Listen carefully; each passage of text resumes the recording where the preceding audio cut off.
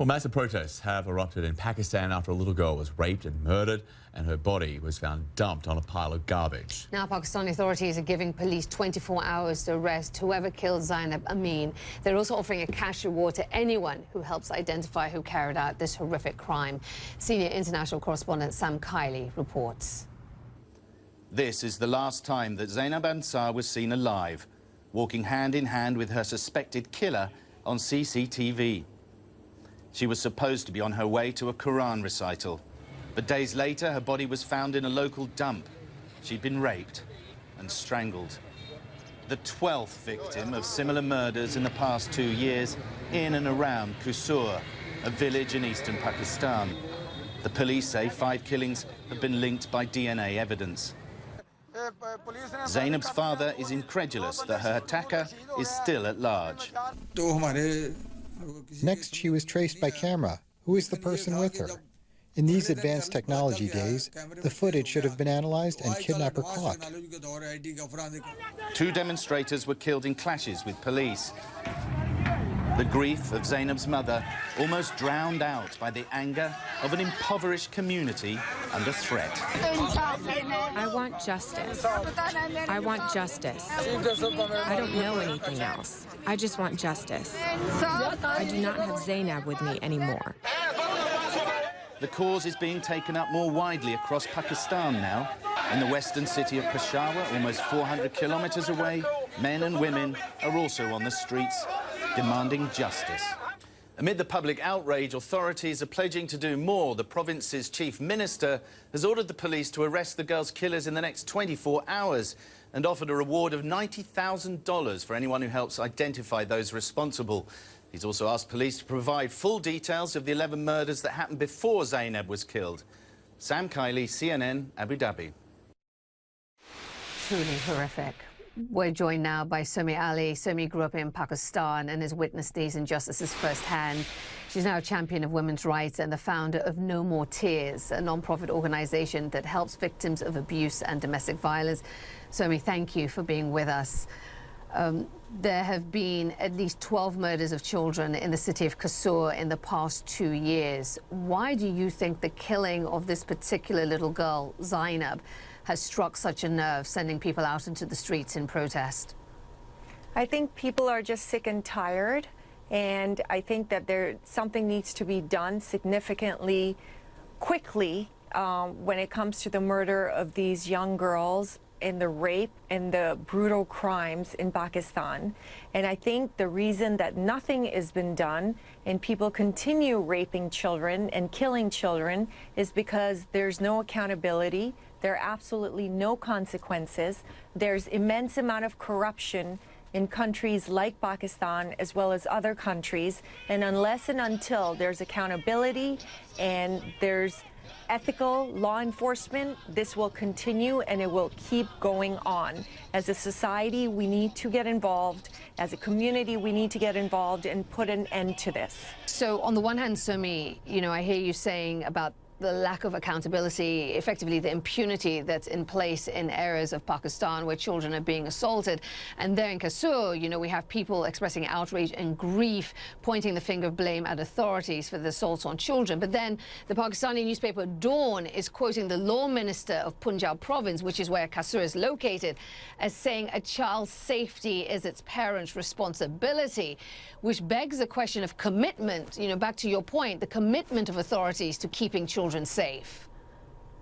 Absolutely. There is, again, I have to emphasize, having grown up in Pakistan, having been a victim of sexual abuse at the age of 5, and then told that I should not tell anyone because I'm a girl and no one will marry me.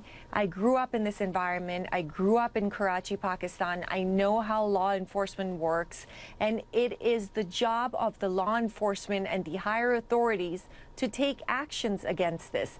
And the problem is that the country is based on bribery and corruption. Until and unless that is eliminated, these problems will continue to occur. So we really need to change as a society. We need to change the mindset of people that it is okay to treat women and children poorly. And in this case, The guy cannot be able to get away with what he has done. He should be caught, and he should be held accountable for what he has done.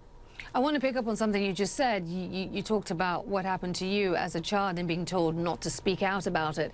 How much does a culture of silence play into the prevalence of these crimes against children? It's a huge problem. It's a very, very, very big problem. When I was sexually abused at the age of 5 by the house help, I was told by family members that if I were to tell anyone this, nobody would want to marry me. And it took me 40 years to be able to understand that it wasn't my fault and I did nothing wrong. And now I'm able to, as a human rights advocate, I'm able to talk about this and understand that I did absolutely nothing wrong. But it wasn't just one incident. There were numerous incidents. And in all incidents, I was told that I should not tell anyone. And this is the culture. Sexual abuse of children is swept under the rug. Nobody wants to talk about it. Nobody wants to address it. Same thing with No More Tears. We help victims of domestic violence and human sex trafficking. And again, we have women from Pakistan that are brought here, children that are brought here that are sexually abused, and the parents do not want to talk about it. They want to sweep it under the rug. So this is a huge cultural problem, and we as a society need to speak up and do something about this. Otherwise, these heinous crimes will continue and they will not stop.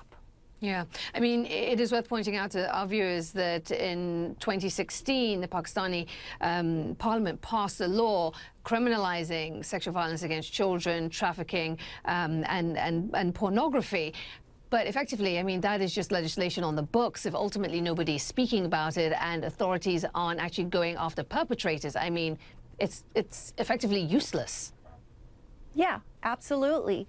No matter what bill is passed, what legislation is passed, it is a moot case because everything runs on corruption. The cops are running on bribery. The political system is corrupt. The society as a whole is corrupt. People are treating women, children, and men very, very poorly.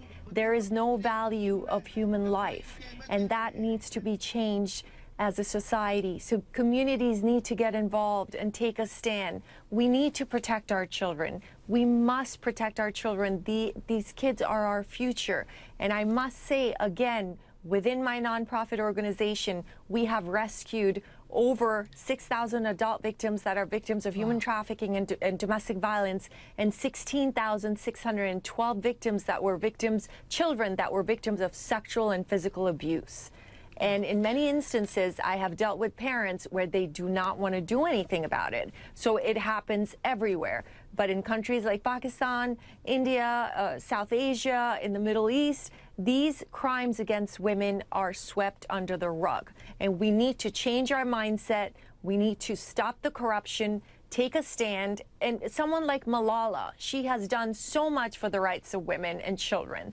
And we need more women, we need more voices like Malala to speak up and take a stand against this. A 6-year-old child was brutally raped and murdered.